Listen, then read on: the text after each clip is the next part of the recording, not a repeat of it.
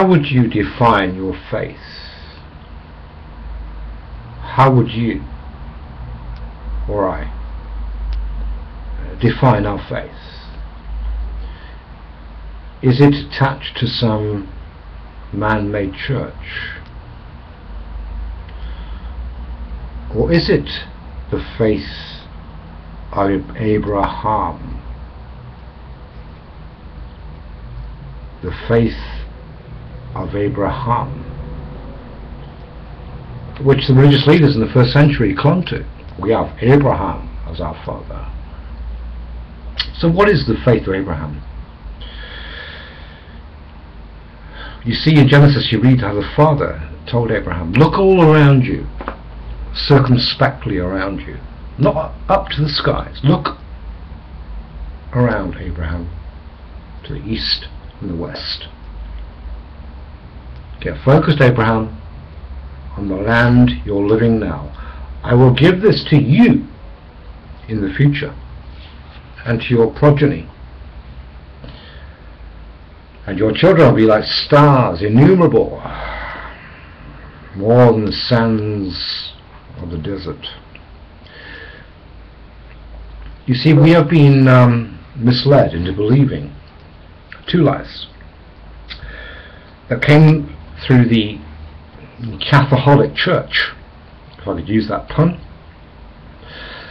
that when we die we go to a sphere, either heaven or hell. Right. When the Bible tells us quite clearly, and get away from Greek philosophy, that when you die you're unconscious until awaiting resurrection. If your soul goes off to some kind of planet or to a place of torment, what's the point of resurrection? Now, there's a beautiful chapter in Hebrews 11. Read Hebrews 11 very carefully about the men and women of old. Right? Oh, this is marvelous. Hebrews 11. Read it now from verse 32 onwards. Hebrews 11:32. The writer says of Hebrews, what more shall I say? Time would fail me to tell of Gideon, Barak, Samson, Jephthah, of David and Samuel and the prophets, who through faith conquered kingdoms, enforced justice, received promises, stopped the mouth of lions and quenched the raging fire, escaped the edge of the sword, won strength out of weakness, became mighty in war, and put foreign armies to flight. Women received their dead by resurrection.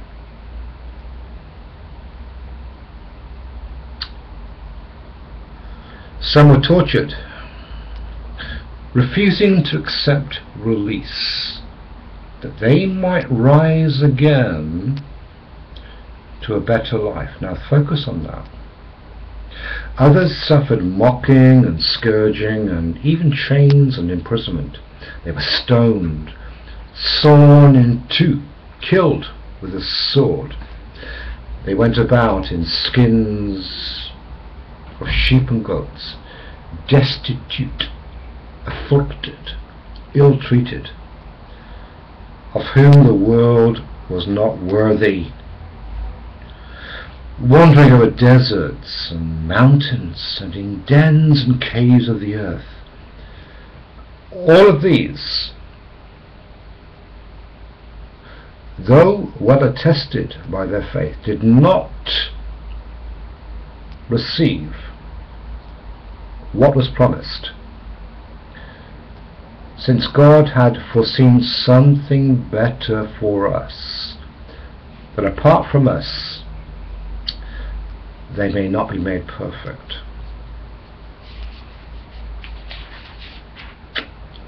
Wow.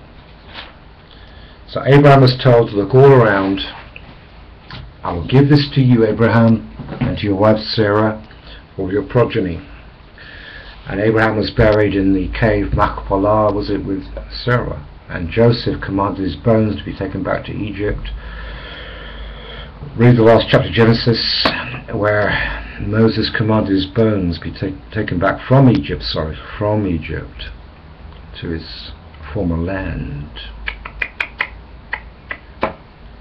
Why would he ask for his bones to be taken back to his birthplace if Joseph believed he's going to go to heaven?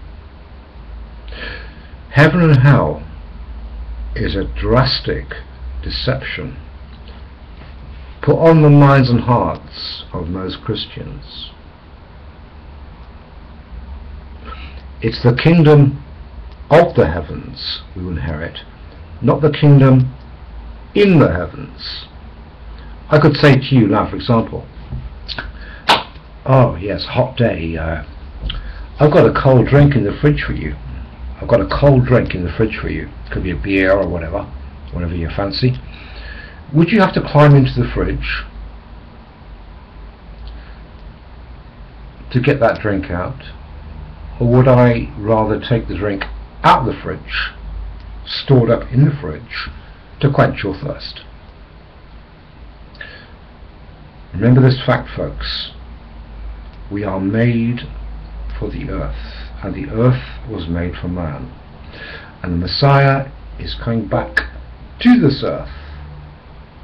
It says in scriptures that heaven must hold in itself Messiah, Mashiach, until the restoration of all things. Acts chapter 1 verse 6 and 7. The angel said to the 500 witnesses, Men of Galilee, why are you staring to the sky? This same Messiah, Mashiach, that would have been in the Hebrew language, not Greek, this same Mashiach will come back. Angel Gabriel said to Mary, Miriam in Hebrew, your son will be given the throne of David, King of the earth. Are you ready for the return of the Jew, glorified Messiah?